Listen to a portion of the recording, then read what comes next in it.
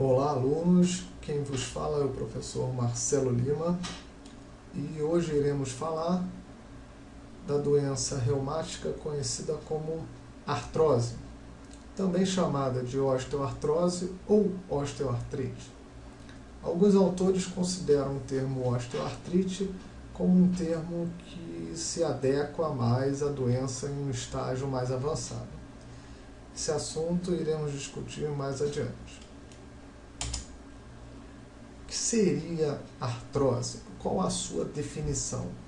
Definimos a artrose como uma perturbação crônica das articulações, caracterizada pela degeneração da cartilagem articular, ou seja, é uma espécie de desgaste da cartilagem articular, geralmente relacionado ao tempo de uso, né? Até por isso a doença é bem mais frequente em pessoas idosas. Na imagem abaixo a gente consegue ver uma articulação normal, onde essa peça branca representa a cartilagem articular, com a sua espessura normal e a sua regularidade normal. À nossa esquerda, uma figura representando uma articulação com artrose, ou seja, a cartilagem já apresentando um processo degenerativo, ou seja, uma espécie de desgaste articular, já caracterizando a artrose instalada. Qual a causa da artrose? A causa específica da artrose não é bem definida, ou seja, é incerta, é considerada uma doença idiopática, mas existem fatores que influenciam bastante o aparecimento da doença. Por exemplo, a sobrecarga. Indivíduos, obviamente, com excesso de peso, sofrem maior sobrecarga em articulações do membro inferior e apresentam com maior frequência artrose nessas articulações. No entanto, o excesso de movimento ou excesso de uso também pode predispor à artrose, como é o caso de pessoas que realizam trabalho manual de forma repetitiva e podem desenvolver artrose nas articulações dos dedos. Incidência. A artrose é considerada a doença articular mais frequente. Em quase todos os estudos estatísticos do mundo, encontramos a artrose como doença articular mais frequente. Nos homens, é mais comum o aparecimento da artrose numa idade mais precoce. É frequente o aparecimento da artrose em homens por volta de 60 anos. Só que a idade média geral de aparecimento da artrose fica próximo de 70 anos. As articulações que mais sofrem com essa afecção são, obviamente, articulações de carga, como a articulação no joelho, a articulação do quadril, ambas do membro inferior, a articulação da coluna, especialmente a coluna lombar, que é, obviamente, uma articulação que recebe bastante sobrecarga. Na coluna é a região que recebe mais sobrecarga. E as articulações interfalangianas das mãos, que, obviamente, dos exemplos citados, é a única que não é a articulação, uma articulação de carga. Mas, obviamente, é uma articulação que, durante a nossa vida, a gente usa bastante. Principalmente em indivíduos que têm histórico de trabalho manual, é extremamente frequente a incidência de artrose nas articulações interfalangianas das mãos. Qual o quadro clínico básico da artrose? Na maioria das vezes o paciente se queixa de dor acompanhada de rigidez. Tanto a dor quanto a rigidez aparecem principalmente durante a manhã, ao levantar-se. Normalmente o paciente se queixa de dor e rigidez ao levantar-se e essa dor e a rigidez melhora conforme vai se realizando os movimentos. Então, no decorrer do dia, é frequente uma melhora dos sinais e sintomas. Eventualmente, a crepitação é também uma manifestação que aparece muitas vezes até mesmo no início da doença. A crepitação é representada muitas vezes por um sinal semelhante a um estalo, né, um barulho audível semelhante a um estalo, que indica um aumento do atrito entre as peças articulares. Por conta do aumento da pressão de um osso sobre o outro, é comum o aumento do volume ósseo nas articulações comprometidas pela artrose. Por exemplo, indivíduos que sofrem de artrose por longa data normalmente apresentam articulações com maior volume, não necessariamente por edema, mas um volume ósseo mesmo. Como a cartilagem articular ela diminui a sua espessura, o contato das superfícies articulares passa a ser feito por uma área menor. Essa menor área de contato entre as superfícies articulares aumenta a pressão de um osso sobre o outro, que faz com que o osso produza maior quantidade de tecido ósseo. Com isso, as articulações se tornam mais volumosas. Aqui, na imagem, observamos na articulação interfalangiana proximal e na articulação interfalangiana distal um aumento do volume, tipicamente um aumento do volume ósseo. Nesse caso, não é um edema.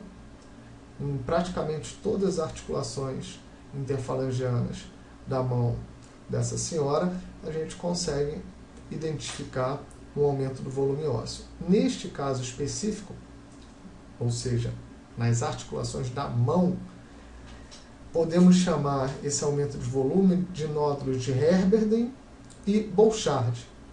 Ou seja, os nódulos de Bouchard são os nódulos encontrados na articulação interfalangiana proximal e os nódulos de Heberden são os nódulos encontrados na articulação interfalangiana distal.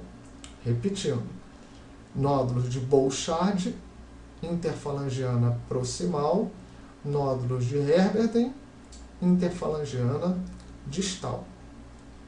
Muitas vezes, um indivíduo com artrose apresenta edema. Esse edema se deve, quase que sempre, pela agressão do osso, agora com maior volume, sobre a membrana sinovial.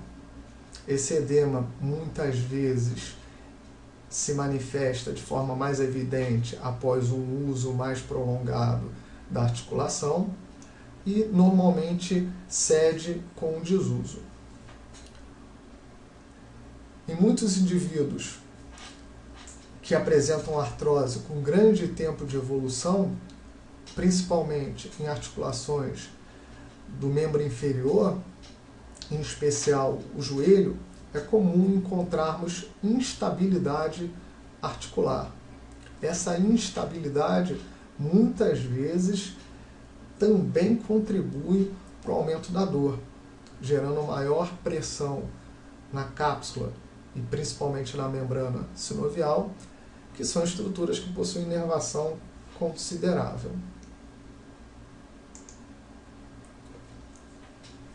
Aspectos radiológicos da artrose. Só para lembrar, a artrose ela se dá por um processo de desgaste da articulação. Por conta disso, como a articulação ela é representada pela cartilagem articular especificamente, que é o local de contato entre os elementos articulares, essa cartilagem articular ela não se apresenta na radiografia, ou seja, a cartilagem articular é uma estrutura hipertransparente à radiografia.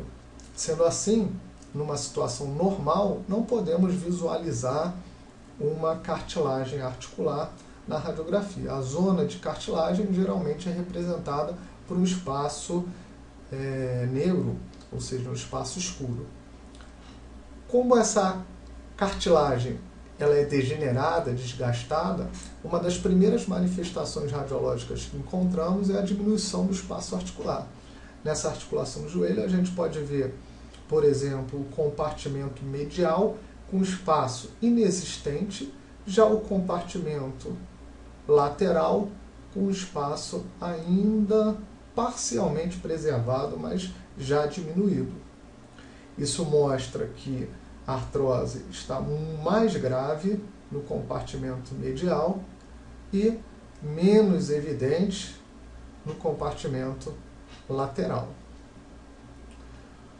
Como a área de contato diminui, considerando a cartilagem articular, e o osso passa a ter contato com o osso adjacente, a pressão de um osso sobre o osso adjacente passa a ser maior. Isso estimula o processo de formação óssea, ou seja, estimula a atividade osteoblástica, e esse estímulo à atividade osteoblástica aumenta a densidade do osso no local onde existe maior contato entre um osso e outro. Sendo assim, verificamos uma imagem hipotransparente ou esclerótica no local onde existe maior comprometimento da artrose, ou seja, o osso se torna mais esclerótico, mais branco, mais hipotransparente, ou melhor, hipotransparente, né? Então, uma das características típicas da artrose é a esclerose do osso subcondral, ou seja, uma esclerose do osso embaixo, condro, da cartilagem. Então vemos, por exemplo, aqui uma imagem mais esclerótica, hipotransparente da superfície articular, evidenciando um aumento da densidade. Aqui também podemos perceber isso de forma bem clássica, né? Mas essa maior pressão de um osso sobre o outro, de certa forma, não estimula somente o aumento da densidade do osso, mas sim também o aumento do volume ósseo. Então, na periferia da articulação, ocorre aumento do volume ósseo, que iremos chamar tecnicamente de osteófitos. Esses osteófitos se manifestam na margem da articulação. Então, chamamos de osteófitos marginais. São espículas ósseas que se formam por conta da maior pressão de um osso sobre o outro. Aqui vemos osteófitos bem evidentes. Aqui um osteófito menos significativo, mas já presente. E aqui, numa radiografia da coluna, osteófitos extremamente evidentes, né? Na coluna, comumente, esses osteófitos são chamados de bicos de papagaio. Osteófitos presentes de forma extremamente evidente, né? E muitas vezes, como é o caso dessa radiografia da coluna, o crescimento do osteófito de um segmento chega a um patamar que encontra o crescimento do osteófito do segmento adjacente e ocorre o que chamamos de anquilose, ou seja, a fusão de uma vértebra com outra. Isso, classicamente, é difícil de acontecer em articulações como o joelho e ombro, mas frequentemente acontece em articulações intervertebrais. Então, recapitulando, basicamente as alterações radiológicas mais frequentes são diminuição do espaço articular, esclerose do osso subcondral e osteófitos marginais. Tratamento da artrose. Tipicamente, o início do tratamento da artrose é sempre conservador. Basicamente, para se minimizar os sintomas e os sinais, são usados anti-inflamatórios não hormonais, analgésicos, e é indicado a atividade física de baixo impacto, logicamente, principalmente na fase inicial da artrose. Isso é recomendado porque, como a cartilagem articular é um tecido avascular, a sua nutrição se dá pelo líquido sinovial. E o maior estímulo para a produção do líquido sinovial é o movimento articular. Quanto mais movimento articular se faz, mais líquido sinovial é produzido.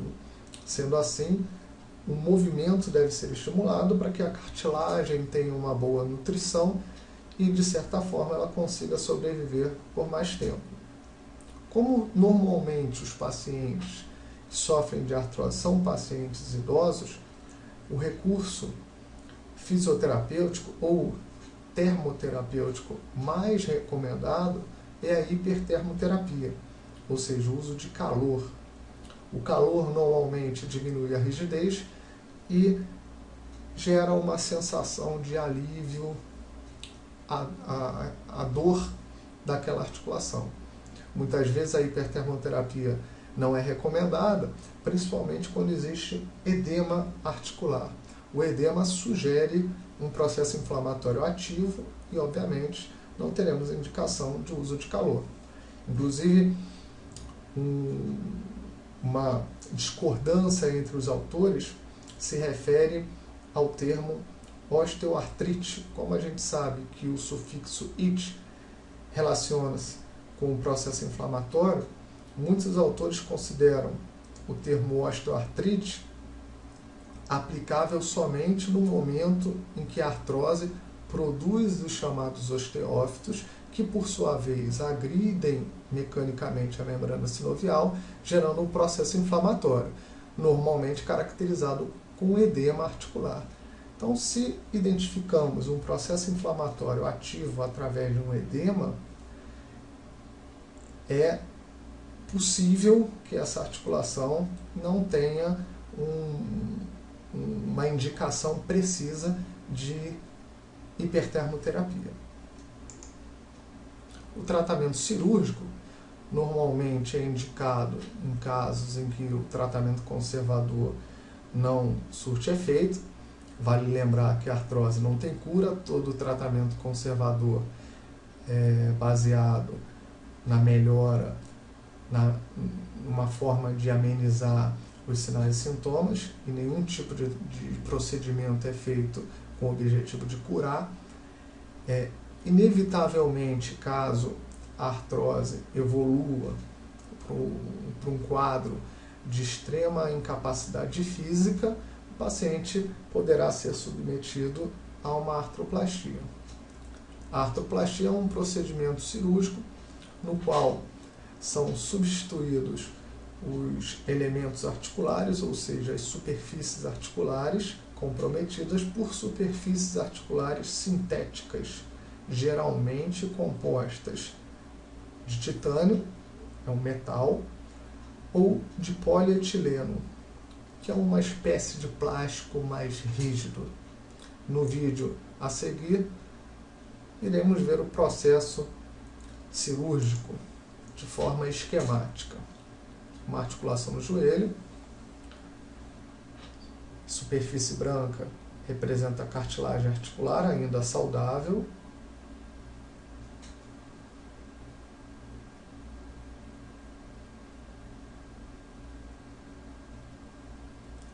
Cartilagem se tornando irregular e menos espessa, caracterizando a artrose, no compartimento femoral. Agora uma artrose é representada no compartimento tibial.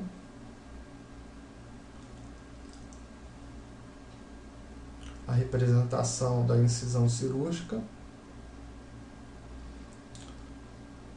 Os compartimentos comprometidos. Retirado do compartimento femoral. Retirado do compartimento tibial. Retirado do compartimento patelar.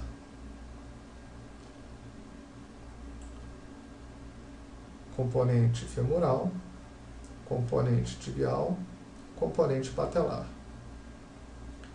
Esses componentes são fixados no osso através de uma espécie de cimento ósseo, o polimetil metacrilato.